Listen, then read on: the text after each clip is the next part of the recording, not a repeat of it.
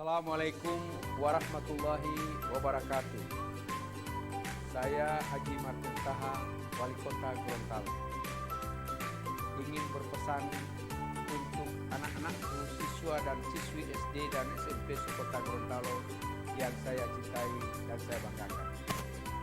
Terus belajar dan jangan patah semangat dengan kondisi yang saat ini. Ikuti terus program belajar dari rumah di Mimosa TV yang kami gagas agar anak-anakku tercinta tetap bisa mengikuti pelajaran secara maksimal. Kepada orang tua atau wali murid, dampingi anak-anak kita selama belajar di rumah. Beri mereka motivasi agar kualitas belajar mengajar tetap memberi hasil yang maksimal. Saya ucapkan selamat mengikuti pelajaran anak-anakku semua. Jadilah engkau anak-anak berguna. Engkaulah generasi penerus masa depan bangsa dan daerah yang kita cintai. Wassalamualaikum warahmatullahi wabarakatuh.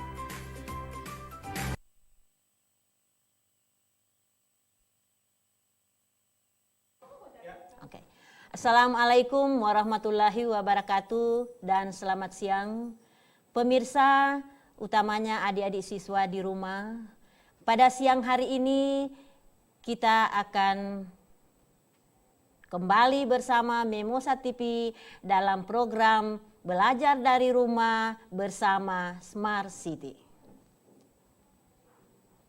Adik-adik siswa yang ada di rumah, program ini dirancang oleh Dinas Pendidikan Kota Gorontalo untuk mengisi kegiatan siswa di rumah selama mewabahnya COVID-19. Adik-adik siswa yang saya cintai dan saya banggakan, kembali di siang hari ini kita akan belajar tentang pelajaran bahasa Indonesia kelas 8. Tentunya adik-adik semua sudah berada di depan layar televisi masing-masing. Untuk itu, sebelum kita akan masuk pada materi pembelajaran pada hari ini, baiklah adik-adik dengarkan video berikut ini.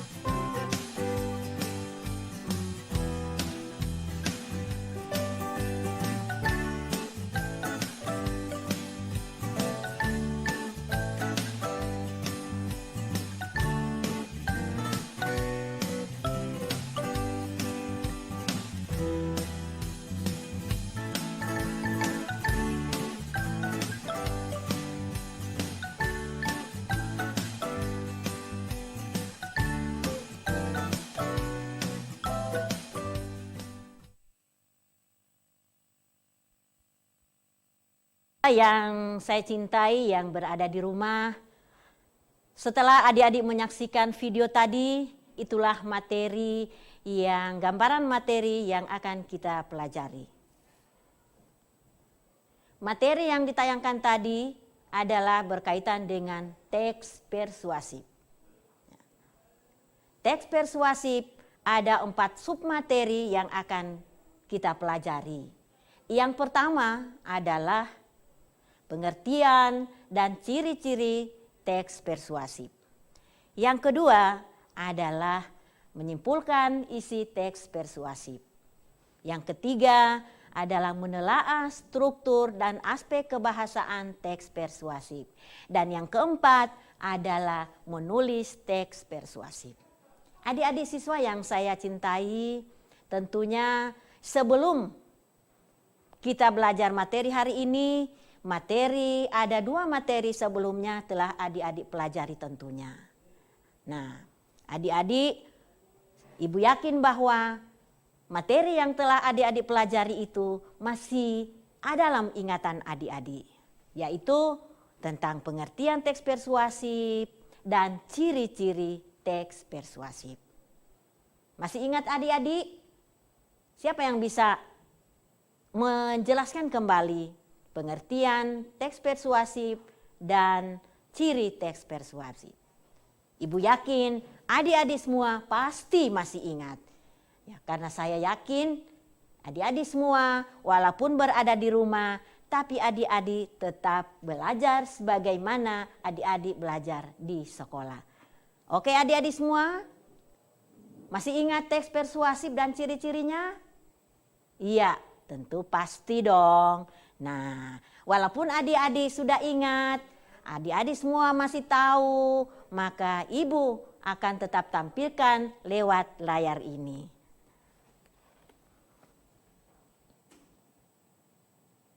Mana DPA? Dia teks PowerPoint.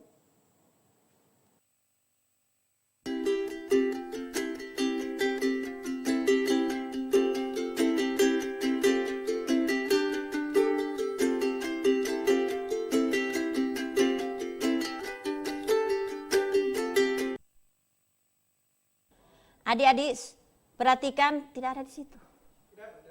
Ya. Oh ya. Masih ingatkah adik-adik kan? Nah, walaupun adik-adik masih ingat, tetap Ibu akan ingatkan kembali. Ya. Teks persuasif adalah berasal dari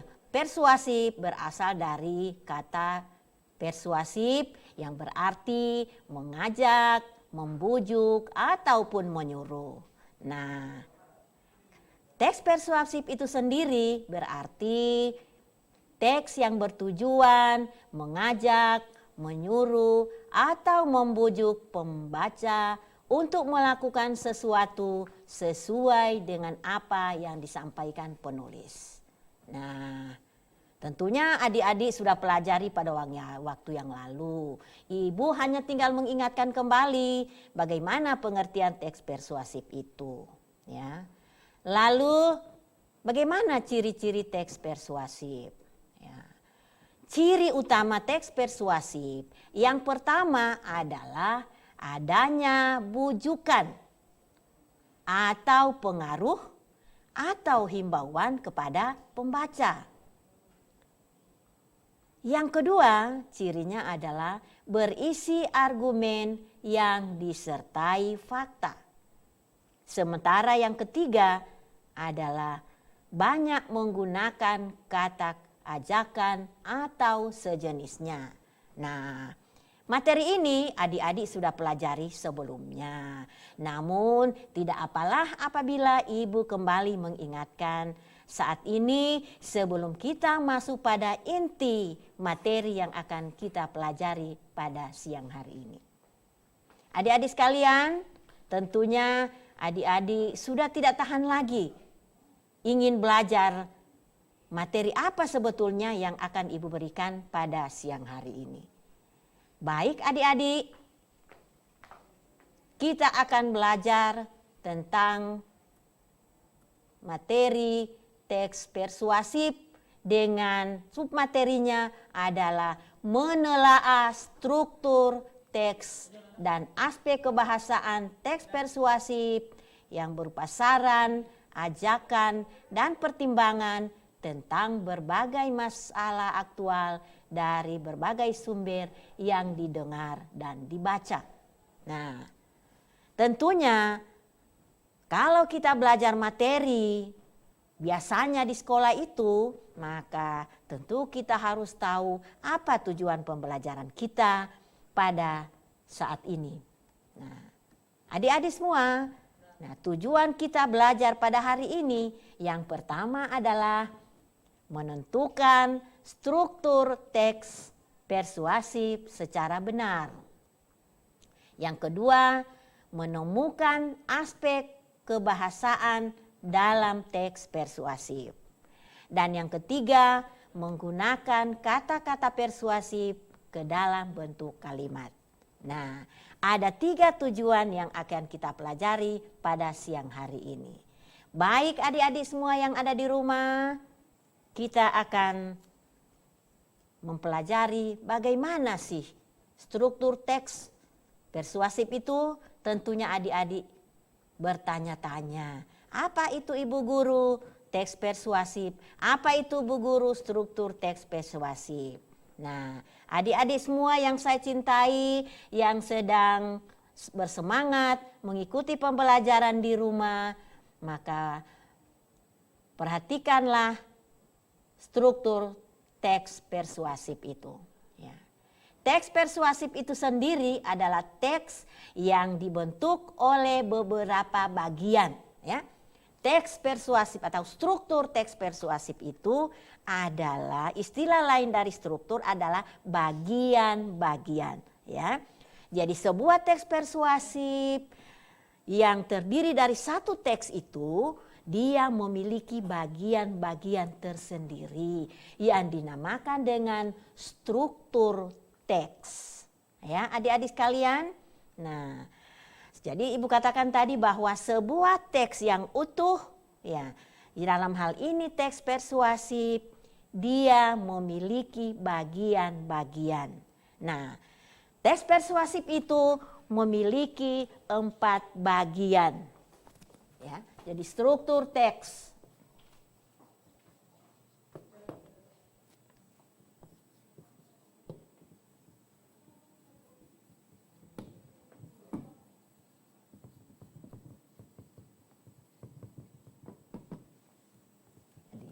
Struktur teks persuasif ada 4 bagian. Yang pertama adalah pengenalan isu.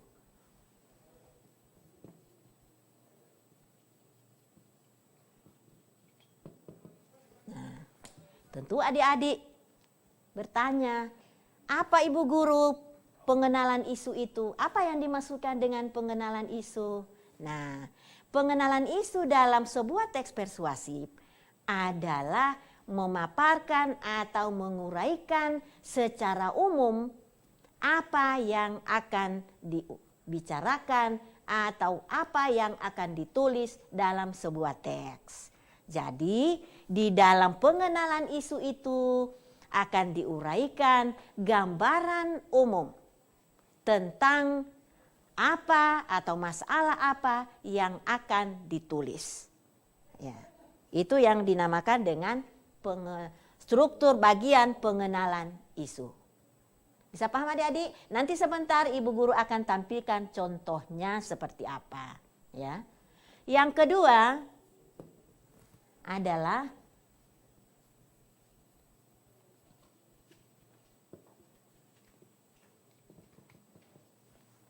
rangkaian argumen. Tahu argumen adik-adik? Argumen itu adalah pendapat. Nah, di dalam teks persuasif, bagian yang kedua itu adalah rangkaian argumen. Nah, di dalam paragraf itu diuraikan berbagai argumen dan pendapat penulis tentang sesuatu yang ditulis di dalam teks itu. Nah, argumen itu disertai dengan data dan fakta, ya. Disertai dengan data dan fakta. Kenapa Mengapa Ibu Guru di dalam rangkaian argumen itu harus disertai fakta? Ya tentunya karena sebuah teks persuasif itu kita tahu bersama bahwa di dalam teks persuasi itu berisi pernyataan atau kalimat ajakan, kalimat bujukan kepada seseorang agar seseorang itu mengikuti apa yang diharapkan oleh penulis. Nah, supaya kita itu yakin dengan ajakan oleh penulis, maka di dalam argumen itu kita lengkapi dengan data dan fakta, ya. Nanti adik-adik sebentar Ibu akan tampilkan bagaimana bentuk paragraf yang argumen itu yang disertai dengan fakta. Bisa paham adik-adik semua di rumah? Ya, baik. Sekarang Ibu lanjutkan bagian yang ketiga.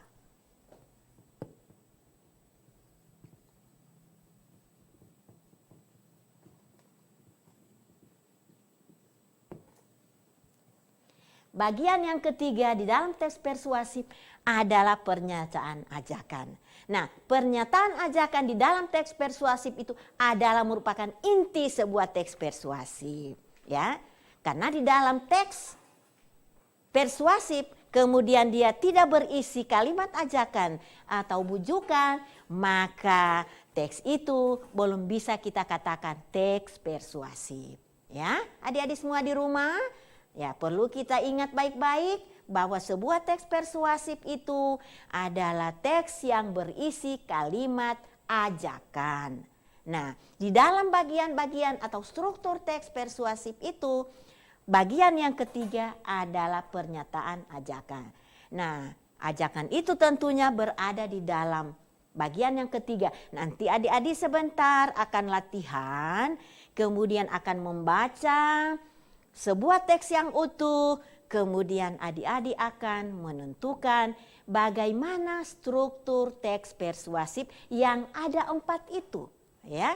Nah, yang ketiga tadi Ibu sudah katakan bahwa pernyataan ajakan yang merupakan inti dari teks persuasif.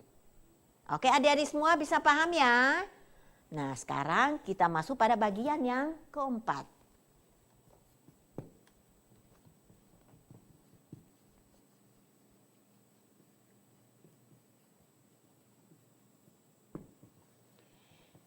Struktur yang keempat dari sebuah teks persuasif adalah penegasan kembali. Ya, nah pasti anak-anak bertanya, Bu Guru, apa yang ditegaskan kembali sih?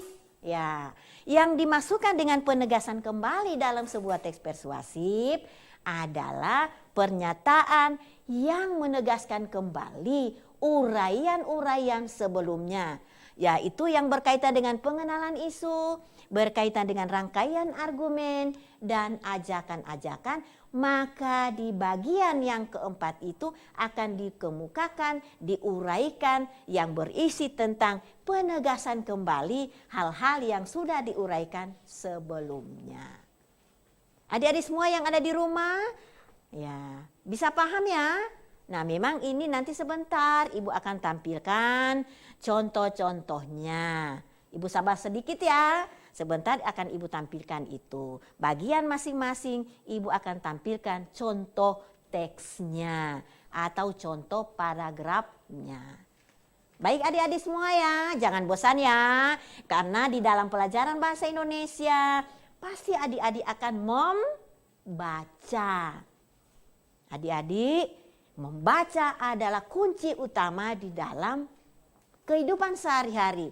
Di dalam belajar, kunci utama adalah membaca. Oleh karena itu adik-adik jangan bosan yang membaca. Karena sebentar Ibu akan tampilkan teks yang dinamakan dengan teks persuasif.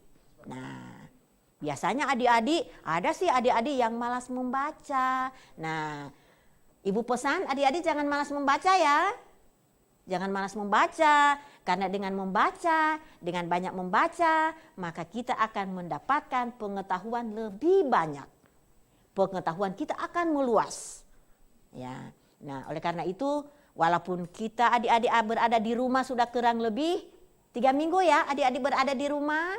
Nah, Ibu harapkan adik-adik tetap belajar, tetap membaca. Biasanya Ibu tahu di rumah itu ibu dan bunda dari adik-adik, ayah dan bunda dari adik-adik pasti berlangganan dengan koran.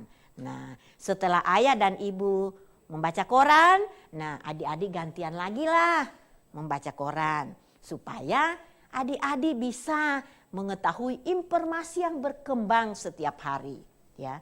Jadi kita itu dianjurkan banyak membaca. Apalagi program pendidikan, dinas pendidikan. Ya. Sekarang ini itu dikembangkan literasi, ya, dikembangkan program literasi. Salah satu bagian dari literasi adalah membaca.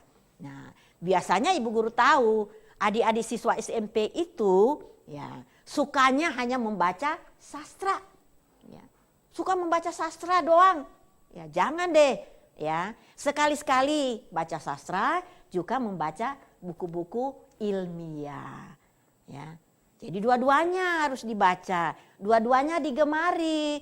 Jangan cuma membaca sastra yang digemari, ya. Ya biasanya kalau siswa adik-adik siswa itu suka membaca, yang membacanya sastra saja, ya novel, ya itu saja yang jadi kegemaran adik-adik semua. Nah, ibu harapkan, ibu pesan adik-adik semua tetap belajar membaca buku apa saja, ya. Buku apa saja yang perlu kita baca. Oke adik-adik, kita break dulu ya.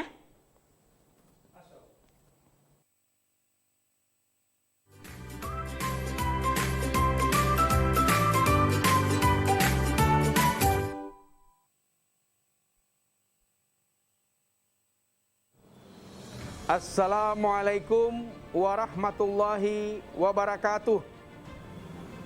Saya Wali Kota Gorontalo atas nama pemerintah Kota Gorontalo yang saat ini didampingi oleh Bapak Kapolres Gorontalo Kota, Ketua DPRD Kota Gorontalo, Bapak Dandim 1304 Gorontalo, Kepala Kejaksaan Negeri Gorontalo, Ketua Pengadilan Negeri Gorontalo, Wakil Wali Kota Gorontalo, dan Ketua Majelis Ulama Kota Gorontalo menyampaikan himbauan kepada seluruh masyarakat Kota Gorontalo dalam rangka menghadapi bulan Ramadan dan Idul Fitri 1441 Hijriah. Kami mengajak pada seluruh warga masyarakat kaum muslimin dan muslimat untuk menjalankan ibadah puasa dengan penuh khusyuk dan mengamalkan seluruh amalia-amalia Ramadan dengan penuh tawadhu. Kami menganjurkan untuk tidak melaksanakan mudik. Bagi warga masyarakat Kota Gorontalo yang punya orang tua maupun sanak saudara di daerah-daerah yang sudah tergolong zona merah penyebaran virus corona untuk tidak melakukan mudik. Sebaliknya, bagi warga masyarakat Kota Gorontalo yang bekerja di daerah yang sudah tergolong zona merah penyebaran COVID-19, yang orang tua dan keluarganya berada di Kota Gorontalo, diharapkan orang tua dan keluarganya yang berada di Kota Gorontalo bisa membangun komunikasi untuk menunda kepulangan datang di Kota Gorontalo. Kami pemerintah Kota Gorontalo dan seluruh unsur musyawarah pimpinan daerah senantiasa bekerja keras untuk mencegah masuknya virus corona atau yang kita sebut dengan COVID-19 di Kota Gorontalo. Demikian himbauan ini disampaikan kepada seluruh warga masyarakat Kota Gorontalo untuk diindahkan. Gorontalo bergerak, Gorontalo menjaga, Gorontalo bertahan, Gorontalo melawan corona. Demikian, wassalamualaikum warahmatullahi wabarakatuh.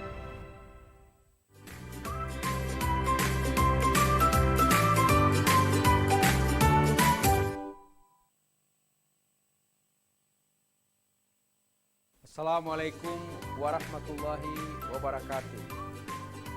Saya Haji Martin Taha, Wali Kota Gorontalo, ingin berpesan untuk anak-anakku, siswa dan siswi SD dan SMP Kota Gorontalo yang saya cintai dan saya banggakan. Terus belajar dan jangan patah semangat dengan kondisi yang saat ini. Ikuti terus program belajar dari rumah di Mimosa TV yang kami gagas agar anak-anakku tercinta tetap bisa mengikuti pelajaran secara maksimal. Kepada orang tua atau wali murid, dampingi anak-anak kita selama belajar di rumah. Beri mereka motivasi agar kualitas belajar mengajar tetap memberi hasil yang maksimal. Saya ucapkan selamat mengikuti pelajaran anak-anakku semua. Jadilah engkau anak-anak berguna. Engkaulah generasi penerus masa depan bangsa dan daerah yang kita cintai. Wassalamualaikum warahmatullahi wabarakatuh.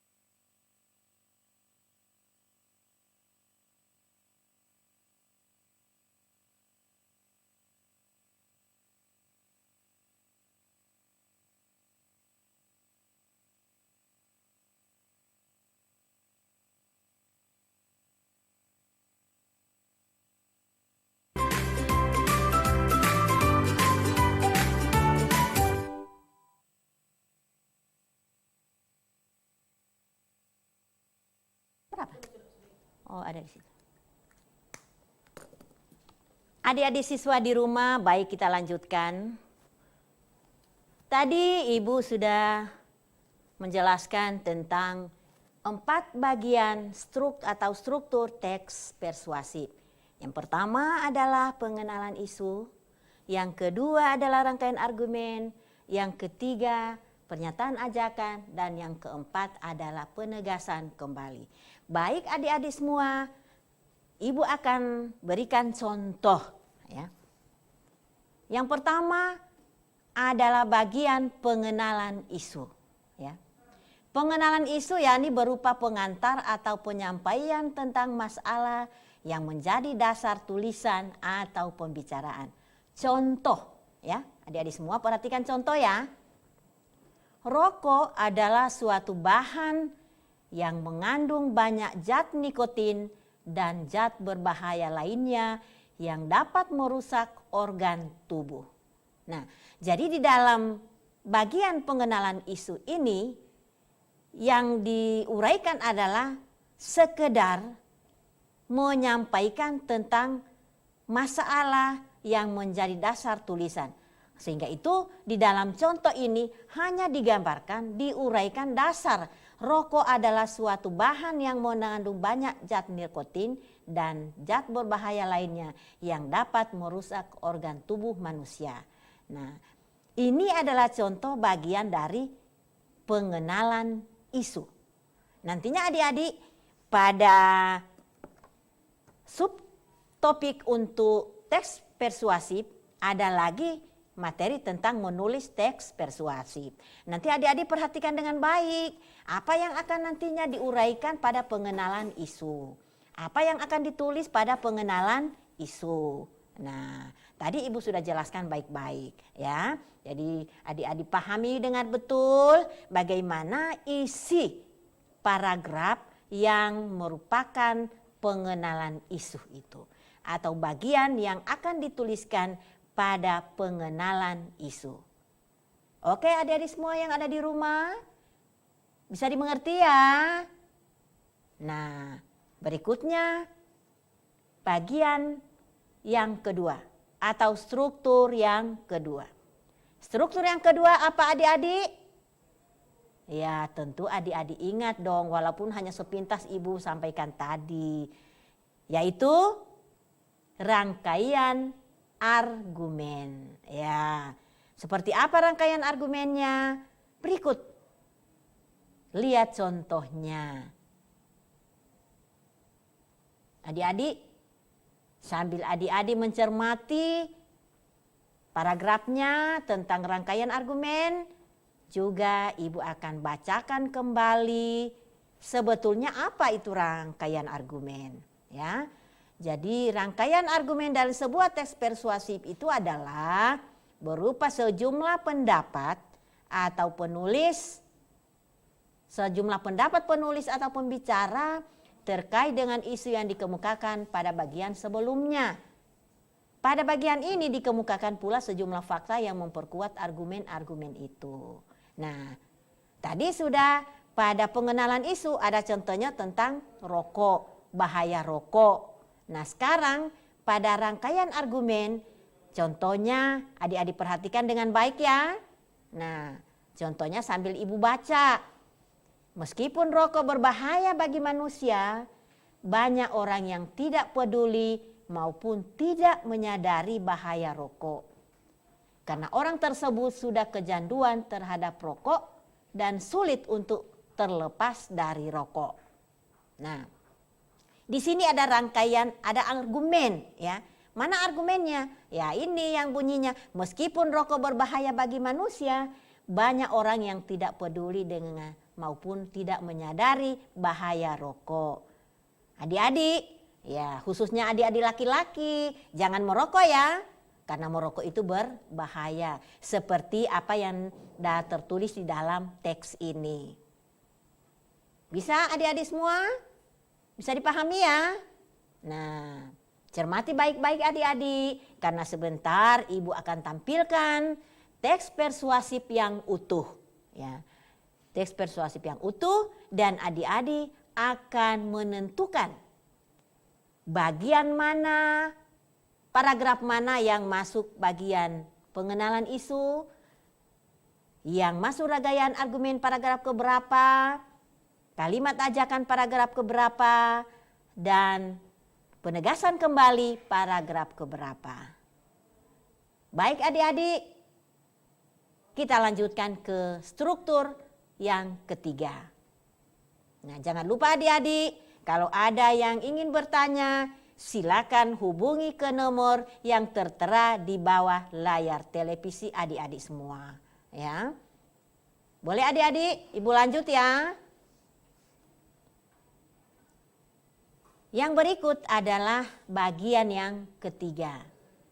Bagian yang ketiga adalah pernyataan ajakan. Yang dimasukkan dengan pernyataan ajakan adalah inti dari teks persuasif yang di dalamnya dinyatakan dorongan kepada pembaca atau pendengarnya untuk melakukan sesuatu. Nah, saya katakan tadi, ibu katakan tadi bahwa di dalam teks persuasif intinya adalah pernyataan ajakan. Ya, jadi di dalam teks persuasif itu ada pernyataan ajakan, ada ajakan, ada bujukan kepada pembaca untuk melakukan sesuatu sesuai apa yang diharapkan oleh penulis di dalam teks itu. Ya, nah, coba lihat adik-adik di dalam contoh paragraf ini. Mari kita jauhi rokok meskipun kita sudah dewasa ataupun tua. Karena rokok tidak hanya berdampak pada diri kita sendiri, tetapi juga berdampak pada diri orang lain. Adik-adik, mana yang merupakan kalimat ajakan di sini? Ya, pada contoh ini adik-adik, mana yang masuk kalimat ajakan adik-adik semua? Pasti adik-adik semua tahu. Ya, silakan adik-adik yang mau menyampaikan jawabannya, silakan hubungi telepon yang tertera di bawah di layar televisi Anda. Pada bagian yang ketiga ini adik-adik semua, mana yang termasuk kalimat ajakan? Mana bujukan di sini? Adik-adik semua ya pasti tahu dong. Nah, yang menjadi ajakan di sini di dalam teks ini adalah kalimatnya, mari kita jauhi rokok meskipun kita sudah dewasa ataupun tua. Nah, bagaimana kita bisa menentukan bahwa kalimat itu ajakan? Mana penandanya? Nah, adik-adik semua, ada kata penanda ajakan di situ. Yang mana Ibu Guru? Yang mana? Ya sudah jelas ada ajakan di dalam, yaitu ya kata mari, ya. Kata mari. Nah, ada kata mari di dalam kalimat ajakan itu. Mari kita jauhi rokok meskipun kita sudah dewasa ataupun tua. Nah, penanda ajakan adalah kata mari, ya. Adik-adik semua bisa paham ya? Oke, sekarang Ibu Guru lanjut ke bagian yang keempat. Bagian yang keempat Ibu sudah katakan tadi bahwa keempat bagian atau struktur yang keempat adalah penegasan kembali. Ya. Penegasan kembali yakni menegaskan kembali pernyataan-pernyataan sebelumnya yang biasanya ditandai oleh ungkapan-ungkapan seperti demikianlah, dengan demikian, atau oleh karena itu. Nah, mari kita lihat contohnya. Seperti apa modelnya? Nah, lihat contoh. Ya, ada contoh di bawah. Walaupun adik-adik semua sementara membaca sendiri, nah Ibu Guru juga akan bacakan kembali supaya adik-adik lebih paham. Contoh, oleh karena itu kita harus menyadari bahwa rokok berbahaya bagi semua orang dan rokok tidak pernah memberikan dampak positif bagi kita semua. Nah, ini adalah penegasan kembali dari pernyataan-pernyataan di atasnya, ya. Jadi sudah dijelaskan kembali bahwa rokok itu berbahaya, ya. Rokok itu tidak memberikan dampak positif kepada seorang yang mengkonsumsinya, ya. Tetapi dampak negatifnya yang pasti bisa didapat, bahkan tidak hanya pada dirinya sendiri, tetapi juga untuk orang lain. Nah, adik-adik semua yang ada di rumah, ya, saya khususkan lagi kepada adik-adik siswa laki-laki ya, karena biasanya ibu lihat kalau di sekolah itu, ya, adik-adik siswa itu sudah mulai belajar merokok. Hati-hati ya, merokok itu berbahaya. Nah, inilah adik-adik semua tentang bagian-bagian struktur teks persuasif. Ya. Adik-adik semua sudah paham? Bisa dimengerti? Struktur teks persuasif itu? Ya, ibu yakin sudah paham ya? Nanti sebentar ada latihan yang ibu berikan. Adik-adik, ada pertanyaan ya? Kalau ada pertanyaan silakan diajukan ke nomor telepon yang sudah tertera di layar televisi adik-adik semua. Oke adik-adik? Tidak ada pertanyaan ya? Ya, jangan malas membaca dong.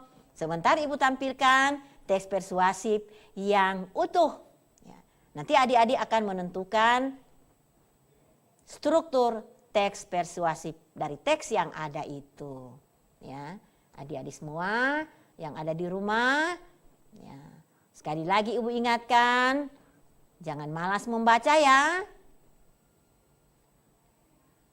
Harus rajin-rajin membaca, karena dengan banyak membaca kita bisa mengetahui. Assalamualaikum. Ya, oke. Ya, bagi yang bertanya silakan menyebutkan nama lengkap dan asal sekolah. Ya, saya ya Pak, saya mau bertanya dulu.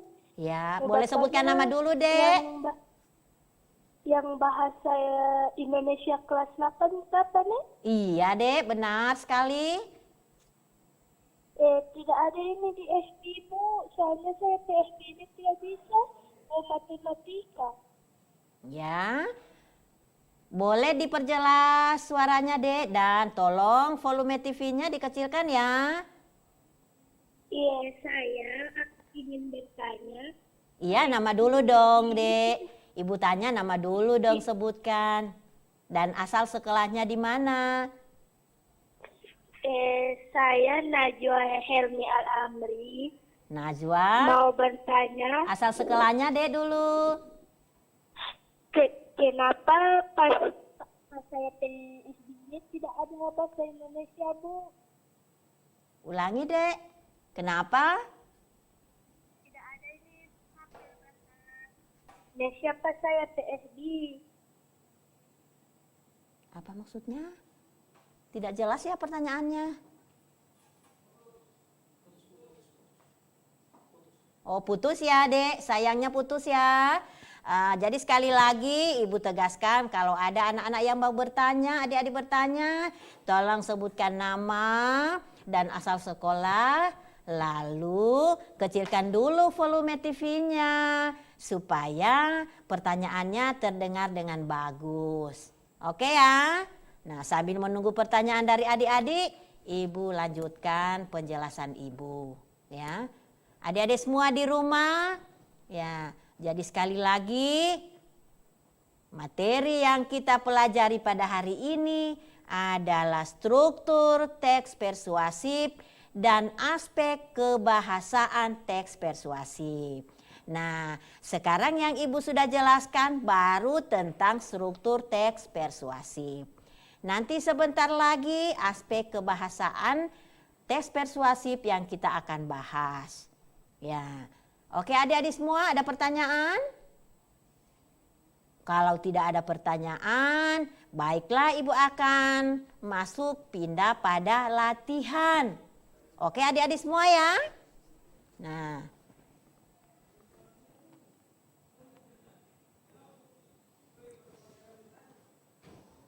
Nah, adik-adik semua tolong dicermati teks yang utuh ya. Nah adik-adik itulah yang ibu katakan tadi dalam bahasa Indonesia itu ya, maka yang lebih banyak kegiatannya adalah membaca. Ya. Nah sekarang adik-adik Ibu tampilkan. Kalau tadi Ibu menjelaskan bagian-bagian atau struktur teks persuasif itu masih sebagian-sebagian Ibu jelaskan tadi. Ya, Ibu beri contoh sebagian-sebagian. Jadi Ibu menjelaskan bagian pengenalan isu, kemudian diikuti dengan contoh. Bagian rangkaian argumen diikuti dengan contoh. Ya, kemudian pernyataan ajakan diikuti contoh. Demikian pula pada bagian yang keempat, penegasan kembali, diikuti dengan contoh. Sehingga teksnya tidak terlihat teksnya utuh. Ya. Nah, sekarang Ibu akan berikan latihan untuk dikerjakan bersama-sama. Karena di dalam pembelajaran, tujuan pembelajaran yang saya sampaikan tadi di awal, bahwa tujuan yang akan dicapai oleh adik-adik semua. Halo, ada pertanyaannya? Silakan sebutkan nama dan asal sekolah. Oh, putus lagi. Au. Ya. Baik adik-adik, lanjut ya. Nah, adik-adik yang berada di rumah, tolong adik-adik baca. Nah, ini ada latihan ya. Yang pertama, bacalah teks persuasif berikut yang berjudul Pandemi Coronavirus 2019-2020. Ya, ini teks yang utuh. Ya, teks yang utuh. Kemudian adik-adik akan telaah. Ya, adik-adik akan telaah. Mana adik-adik akan tentukan mana bagian pengenalan isu. Halo, halo. Tidak kedengaran telepon. Iya, dengan siapa? Adik siapa?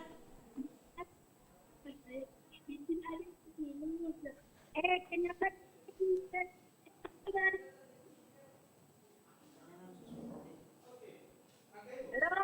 Halo. Nama? Asal sekolah? Kecilkan, Dek. Tolong kecilkan volume TV-nya dulu ya. Bagaimana? Sudah ya, oke, silakan. Pertanyaannya apa, Dek? Kelas 8-nya bahasa Indonesia enggak ada di FB saya. Iya, silakan bertanya. Yang dibahas adalah bahasa Indonesia kelas 8. Materinya adalah struktur teks persuasif.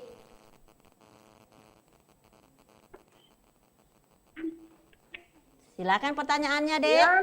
Ya, silakan sayang. Saya punya FB, enggak ada itu. Oh, FB-nya tidak ada. Bahasa Indonesia. Memosa, FB-nya tidak ada. Ya, baik. Adik-adik di rumah, sambil adik-adik mencermati teksnya ya, maka Ibu juga bacakan teksnya ya. Kalau misalnya adik-adik tidak bisa baca dengan baik karena terlalu kecil tulisannya, cetakannya, maka Ibu akan bacakan dan silakan didengar baik-baik ya. Nah, judul teksnya Pandemi Coronavirus 2019-2020.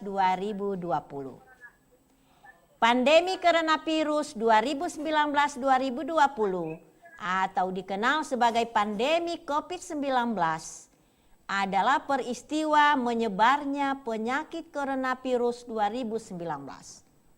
Wabah COVID-19 pertama kali dideteksi di kota Wuhan, Provinsi Hubei, Tiongkok pada bulan Desember 2019 dan ditetapkan sebagai pandemi oleh Organisasi Kesehatan Dunia atau WHO. Itu paragraf pertama. Paragraf kedua, coronavirus adalah kumpulan virus yang bisa menginfeksi sistem pernapasan.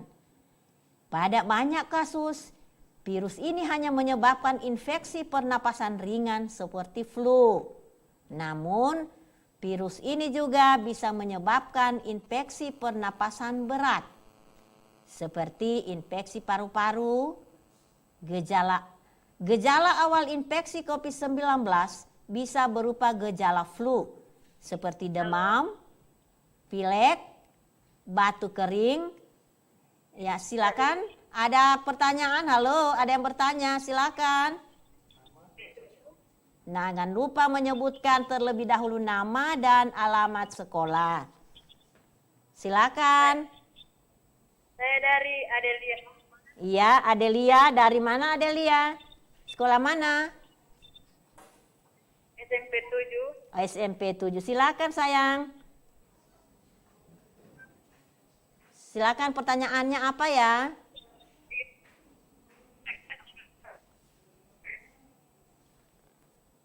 Silakan bertanya, apa pertanyaannya, Dek? Membahayakan orang-orang juga membahayakan.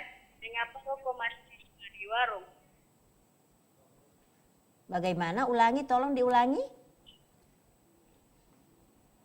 Mengapa rokok itu membahayakan orang? Mengapa? Mengapa? Mengapa? Mengapa itu membahayakan orang-orang? Jika membahayakan, mengapa rokok? Mengapa rokok itu Aduh, hei. Kurang jelas pertanyaannya. Adek singkat ya pertanyaannya ya, singkat ya. Intinya apa ya? Mengapa rokok itu membahayakan pada orang? Mengapa COVID berbahaya?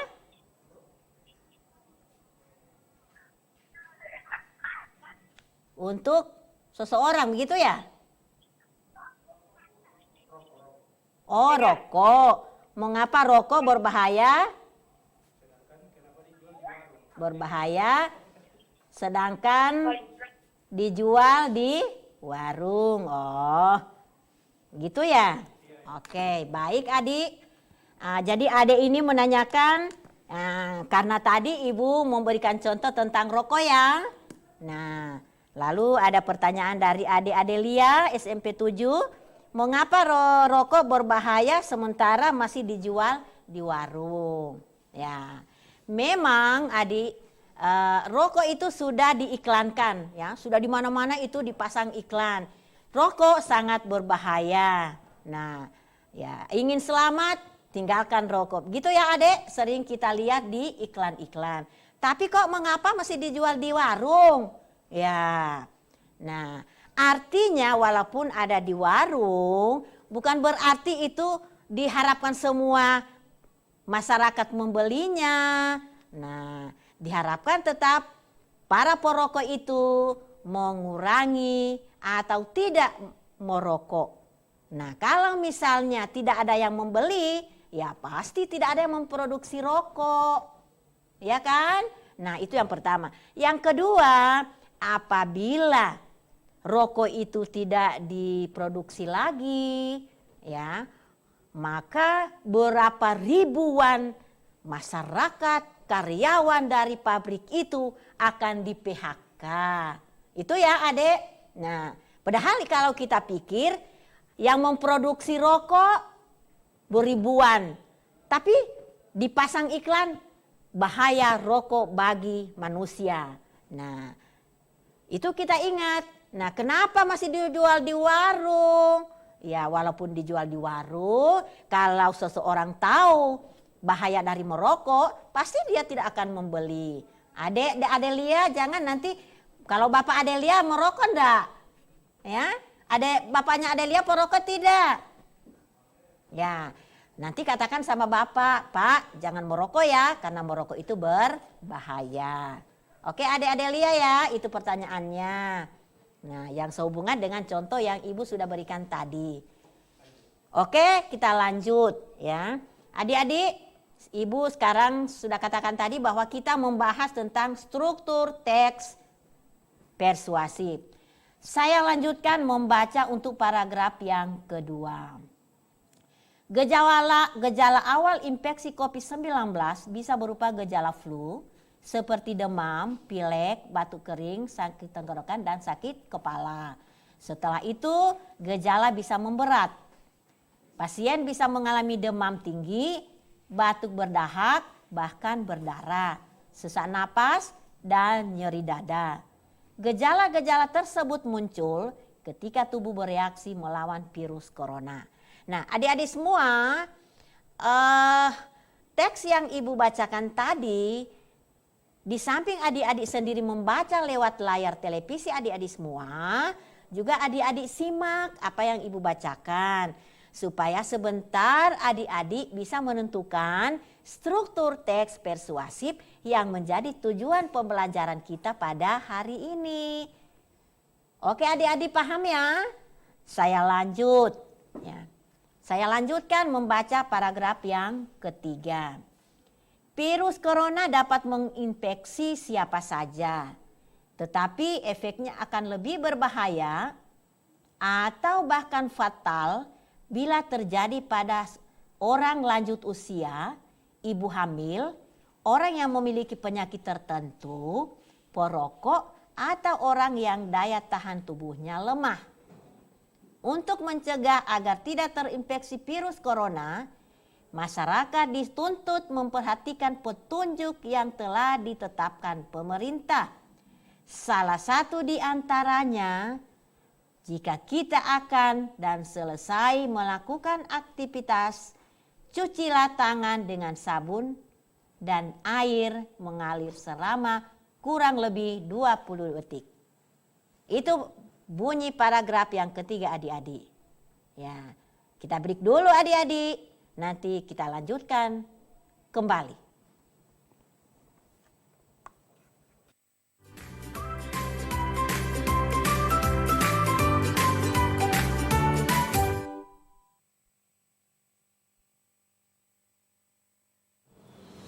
Assalamualaikum warahmatullahi wabarakatuh.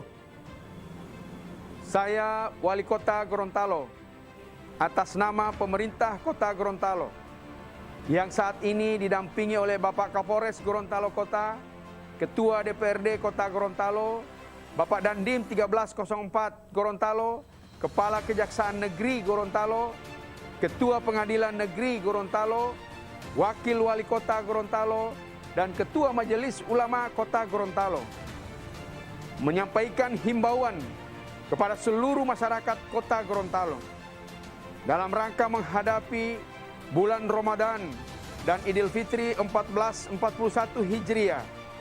Kami mengajak pada seluruh warga masyarakat, kaum muslimin dan muslimat untuk menjalankan ibadah puasa dengan penuh khusyuk dan mengamalkan seluruh amalia-amalia Ramadan dengan penuh tawadhu.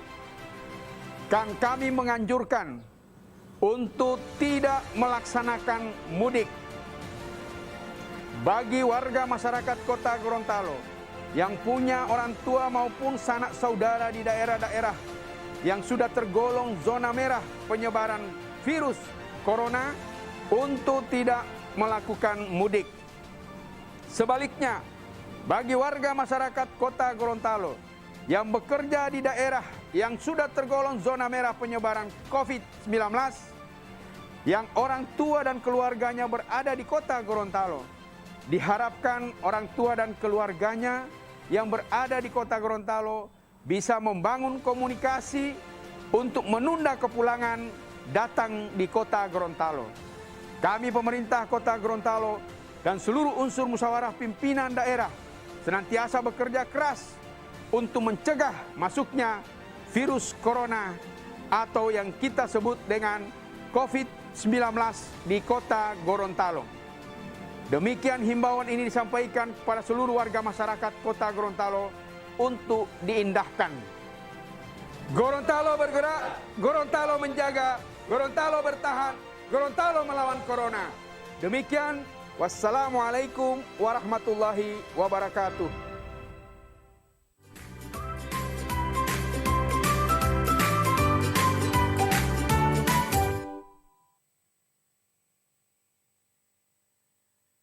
Assalamualaikum warahmatullahi wabarakatuh. Saya Haji Martin Taha, Wali Kota Gorontalo, ingin berpesan untuk anak-anakku, siswa dan siswi SD dan SMP sekota Gorontalo yang saya cintai dan saya banggakan. terus belajar dan jangan patah semangat dengan kondisi yang saat ini. Ikuti terus program belajar dari rumah di Mimosa TV yang kami gagas agar anak-anakku tercinta tetap bisa mengikuti pelajaran secara maksimal. Kepada orang tua atau wali murid, dampingi anak-anak kita selama belajar di rumah. Beri mereka motivasi agar kualitas belajar mengajar tetap memberi hasil yang maksimal. Saya ucapkan selamat mengikuti pelajaran anak-anakku semua. Jadilah engkau anak-anak berguna. Engkaulah generasi penerus masa depan bangsa dan daerah yang kita cintai.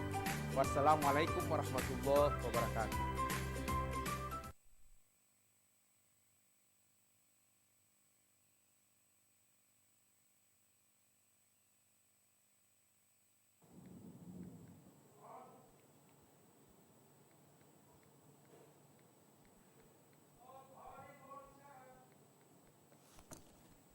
Baik, kita lanjut adik-adik semua yang ada di rumah.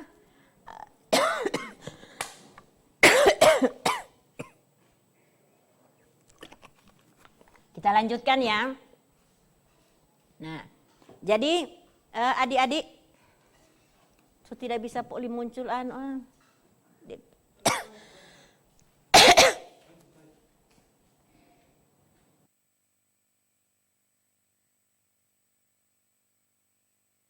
teks ya, teks persuasif yang utuh, kemudian sambil adik-adik membaca sendiri, ibu juga sudah bacakan. Nah, itu merupakan latihan. Nah, sekarang dalam latihan tugas yang kedua itu diminta adik-adik menentukan struktur teks persuasif. Nah, teks persuasif pada teks yang tadi, ya, struktur teksnya pada bagian yang pertama. Ya, adik-adik semua pasti membaca tadi ya, pasti sudah baca.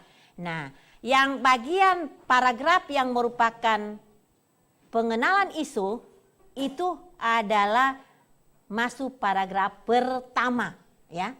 Alasannya apa? Nah, di sini ada alasannya dong. Ya, alasannya adalah karena paragraf pertama itu mengemukakan masalah umum dan daerah asal COVID-19. Nah, itu yang merupakan pengenalan isu. Yang kedua, bagian yang kedua, rangkaian argumen. Dalam teks yang tadi,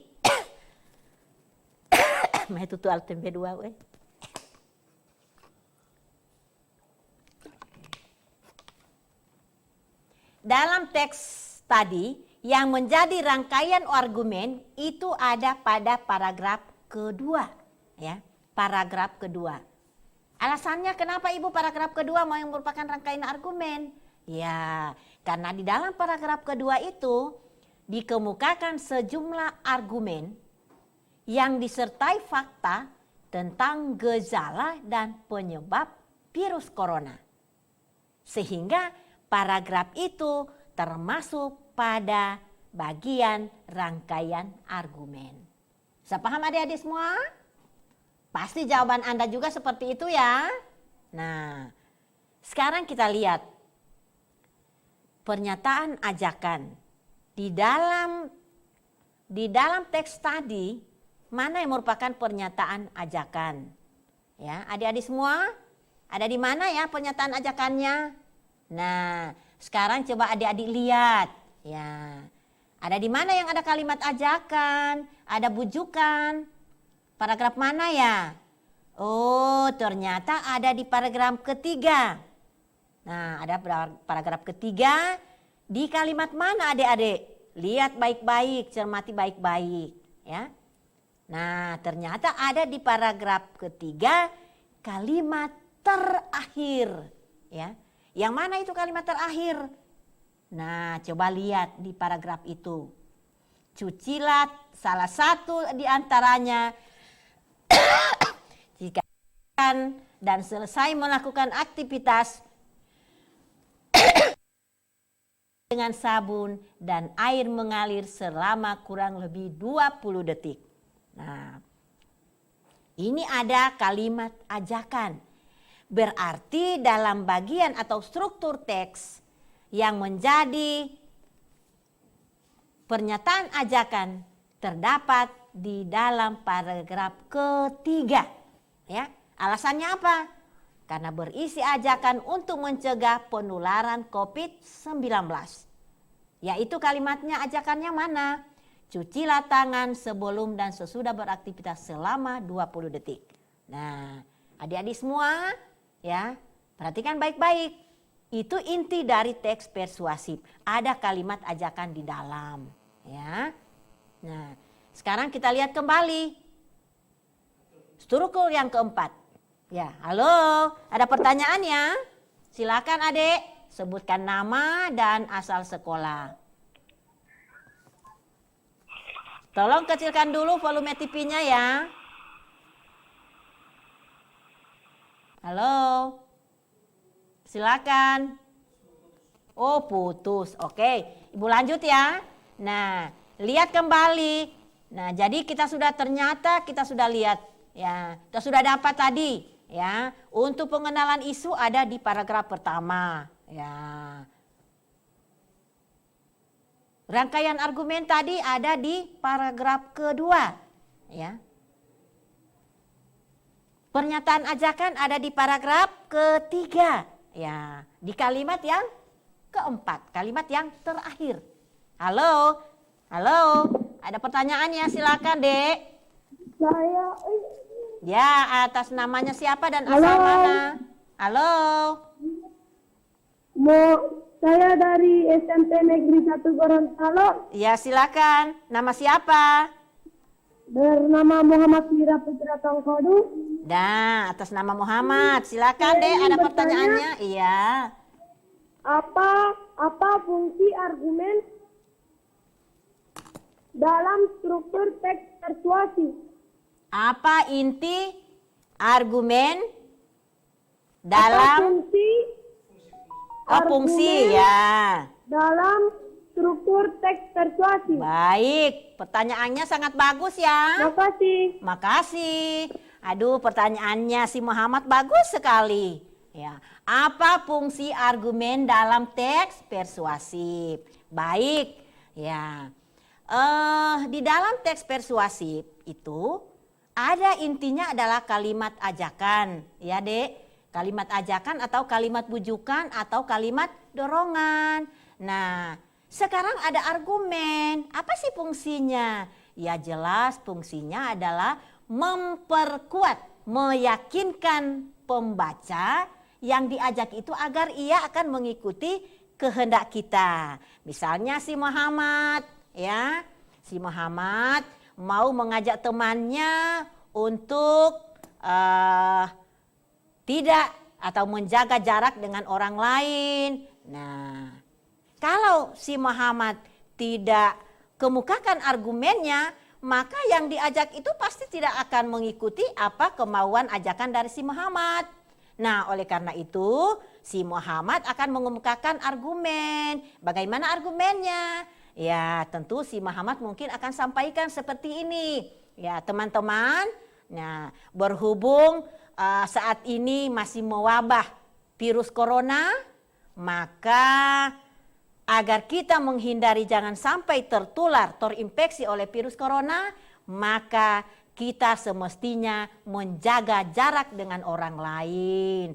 Karena virus corona itu mudah terinfeksi melalui ya percikan ludah ketika kita berbicara atau ketika kita batuk dan lain sebagainya. Nah, kalau si Muhammad akan kemukakan argumennya seperti itu, maka orang yang lain yang diajak untuk menjaga jarak dengan orang lain pasti dia paham.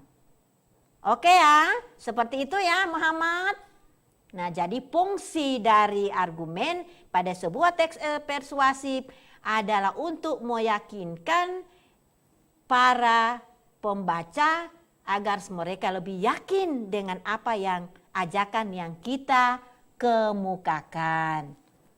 Oke ya, bisa diterima ya adik-adik semua yang ada di rumah. Baik, mari kita lanjut ya.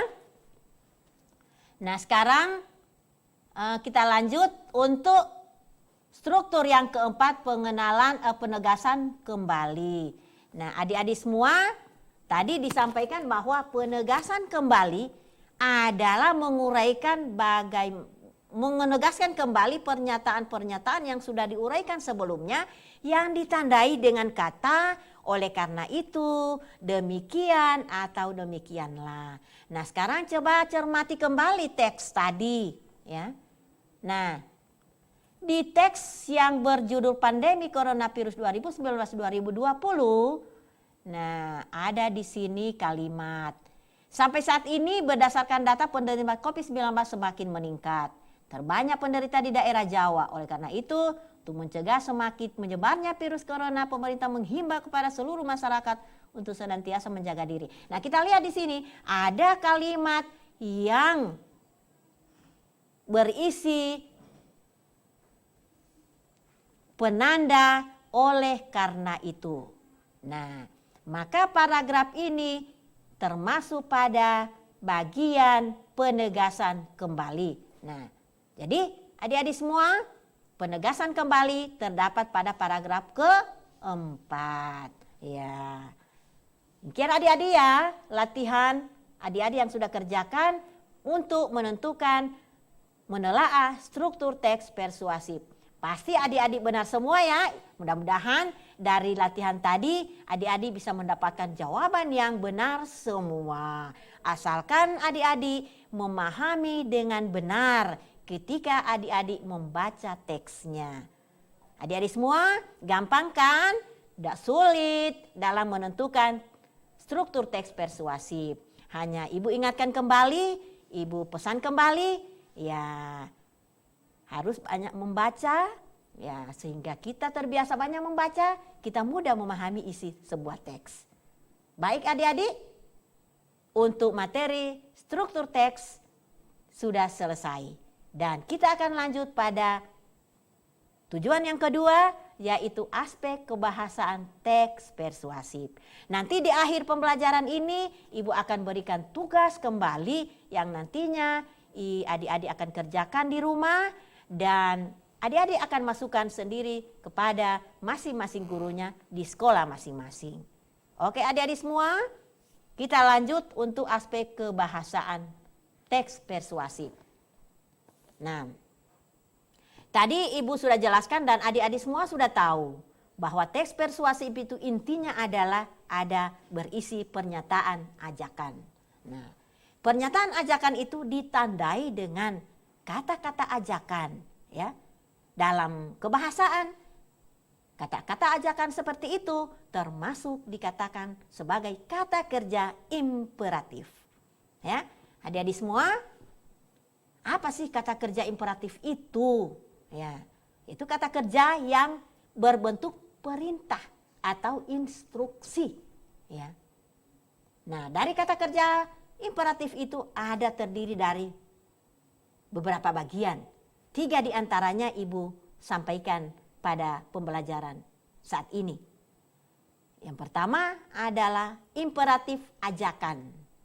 Nah, yang ditandai dengan kata ayo, mari, marilah, ayolah, dan lain-lain sebagainya. Nah, pasti adik-adik sudah biasa lakukan ini setiap hari, ya. Mari kita ke kantin, ya. Ayo kita nonton bersama. Nah, itu semua adalah kalimat ajakan yang dinamakan dengan kata kerja imperatif. Yang kedua, kalimat imperatif permintaan, ya. Pelajari materi yang ibu telah sampaikan tadi, ya. Contohnya ini ya. Yang kedua, mohon letakkan buku itu di atas meja. Itu adalah imperatif permintaan. Diminta untuk membantu, ya. Yang ketiga, kalimat imperatif larangan. Nah, contohnya, jangan dekati pohon itu jika dirimu tidak ingin celaka. Jadi ada kata penanda jangan. Ya. Itu juga merupakan kalimat imperatif, tapi jenis imperatif larangan. Ya. Ini aspek-aspek kebahasaan yang digunakan di dalam teks persuasif. di samping dari kata kerja imperatif, nah masih ada aspek kebahasaan lainnya yang menandai teks persuasif. Yang pertama adalah kata kerja teknis. Kata kerja teknis itu apa? Yaitu istilah dalam topik yang dibahas atau istilah yang berkaitan dengan bidang yang sedang dibahas. Nah, yang seperti apa itu Ibu Guru? Pasti adik-adik tahu. Bagaimana itu kata teknis? Bagaimana caranya ya? Seperti apa kata-kata yang termasuk kata teknis? Nah, sekali lagi Ibu sampaikan bahwa kata teknis itu atau istilah adalah istilah atau kata yang terdapat di dalam bidang-bidang tertentu. Nah, misalnya kalau bidang pendidikan itu biasa istilah yang muncul dalam bidang pendidikan itu apa? Ya, misalnya kurikulum, ya, rapor.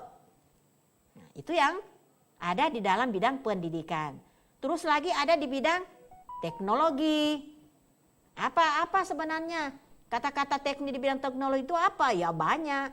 Apalagi adik-adik yang anak-anak sekarang ini, ya dia tahu itu istilah-istilah dalam teknologi, internet, Instagram dan lain sebagainya. Banyak ya.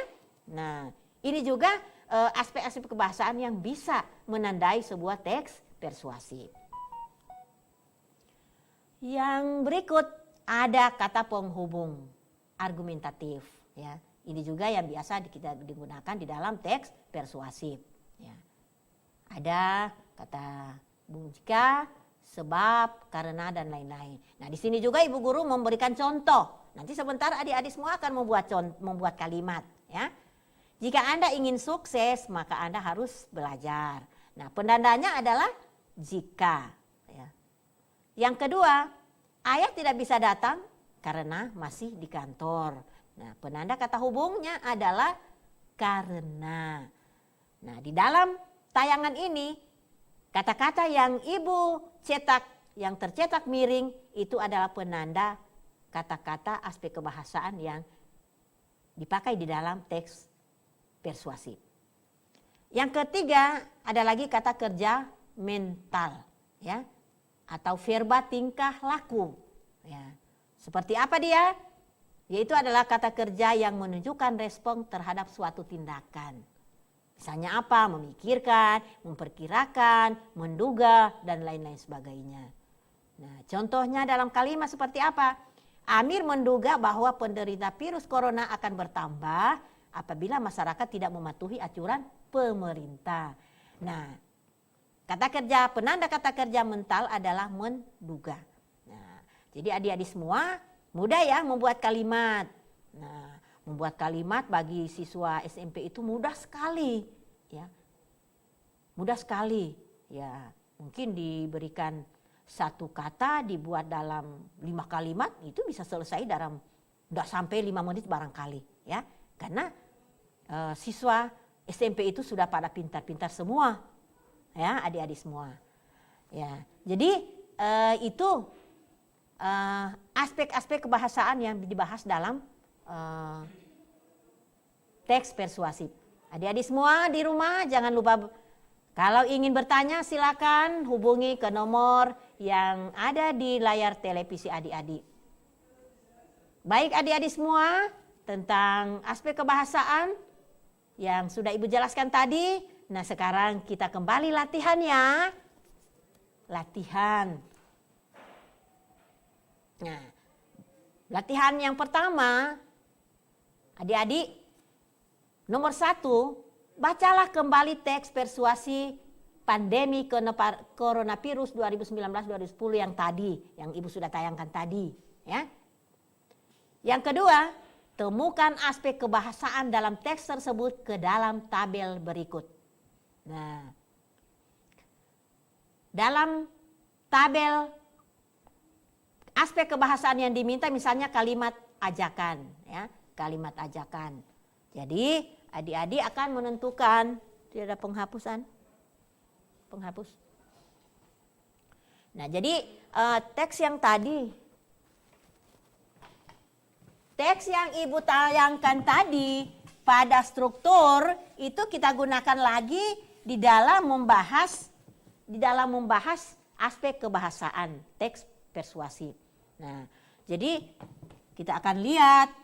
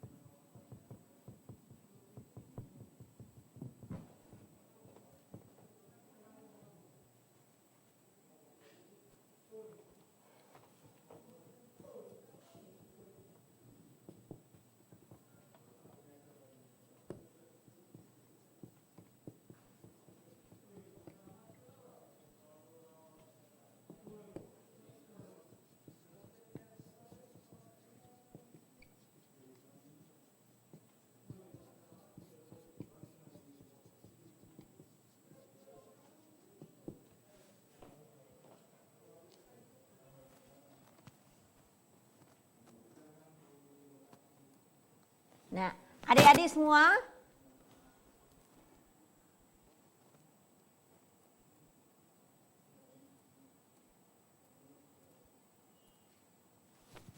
untuk menentukan aspek kebahasaan dalam teks yang berjudul virus corona tadi, maka akan kita mau melihat ya, kalimat ajakan di dalam teks tadi yang termasuk pada kalimat ajakan ada terdapat di mana dia. Tadi ya kita sudah bahas pada struktur ya.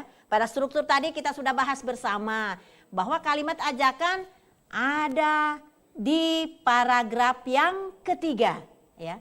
Ada di paragraf ketiga kalimat yang terakhir. Bagaimana kalimatnya? Yakni cucilah tangan dengan sabun ya. Cucilah tangan dengan sabun dan seterusnya ya, selama kurang lebih 20 menit.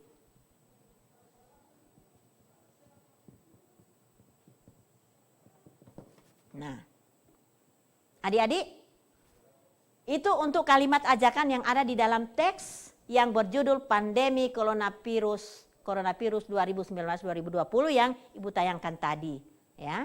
Nah, sekarang kita akan mencermati lagi kata kerja imperatif. Kata kerja imperatifnya yang mana? Ya, tentunya kata kerja imperatif yang berupa yang ada di dalam teks itu. Nah, sudah jelas yang ada di dalam kata kerja imperatif yang ada di dalam teks tadi adalah kata apa adik-adik? Kata ajakan ya. Kita lihat kata ajakan. Nah, ajakan di dalam kalimat ini Ibu sudah tuliskan di sini. Cucilah tangan dengan sabun selama kurang lebih 20 menit. Mana kalimat imperatifnya adik-adik? Kata imperatifnya, kata kerja imperatifnya yang mana? Nah, kata imperatifnya adalah cucilah. Ya, karena itu merupakan kalam ajakan atau perintah. Ya. Yang berikut, kata kerja mental. Kata kerja mental itu apa adik-adik ya? Kata kerja mental itu apa tadi? Ya, kata kerja mental itu apa sih tadi? Ibu sudah jelaskan. Nah, kita akan cari ya. Kita akan mencari kata kerja itu mental di dalam teks tadi ya. Nah, kata kerja mental itu adalah respon ya, respon terhadap sesuatu. Nah, yang termasuk pada kata kerja mental adalah yang memperhatikan ya. Sedangkan kata kerja teknis adalah kata atau istilah yang ada di dalam apa? Ada dalam teks persuasif tadi. Nah, adik-adik akan melihat ya, di dalam teks itu masing-masing lihat paragrafnya kalimat demi kalimat untuk mendapatkan kata-kata teknis ya. Bukan kata kerja teknis, kata teknis yang ada di dalam teks. Nah, tadi di dalam teks tadi itu ada yang dikenal dengan istilah coronavirus ya kan? Coronavirus. Atau yang sudah tren sekarang adalah COVID-19, ya. Ada lagi di dalam teks itu yang dinamakan dengan WHO. Ada lagi dinamakan dengan infeksi. Nah, ini adalah kata-kata teknis yang ada di dalam teks persuasif. Baik anak-anak, ya saya kira semua adik-adik sudah paham tentang ini. Nah, untuk lebih jelasnya adik-adik semua, untuk lebih meningkatkan pemahaman adik-adik semua tentang struktur teks persuasif, aspek kebahasaan teks persuasif, Ibu akan berikan tugas ke rumah, ya, yang Ibu sampaikan pada awal tadi. Nah, sekarang tugas rumah. Ini tugas rumah adik-adik ya. Tolong ini dibaca, kemudian dikerjakan di rumah dan akan dimasukkan di masing-masing gurunya selanjutnya untuk mendapatkan penilaian. Nah, ini tugasnya adik-adik ya. Ya, adik-adik semua. Kemudian ini tugas yang pertama, yang kedua menentukan strukturnya seperti yang Ibu sudah jelaskan tadi, sudah berikan contoh tadi. Kemudian aspek bahasanya juga seperti ini yang Ibu sudah gambarkan di papan. Kemudian tugas yang ketiga adalah membuat kalimat. Ya, kalau membuat kalimat ya tentu adik-adik semua pintar, ya. Semua sudah pintar-pintar. Oke, adik-adik semua, saya kira kita bisa akhiri di sini perjumpaan kita pada hari ini dalam materi menelaah struktur teks persuasif dan aspek kebahasaan teks persuasif. Tetap semangat adik-adik belajar di rumah dan terima kasih, sampai jumpa.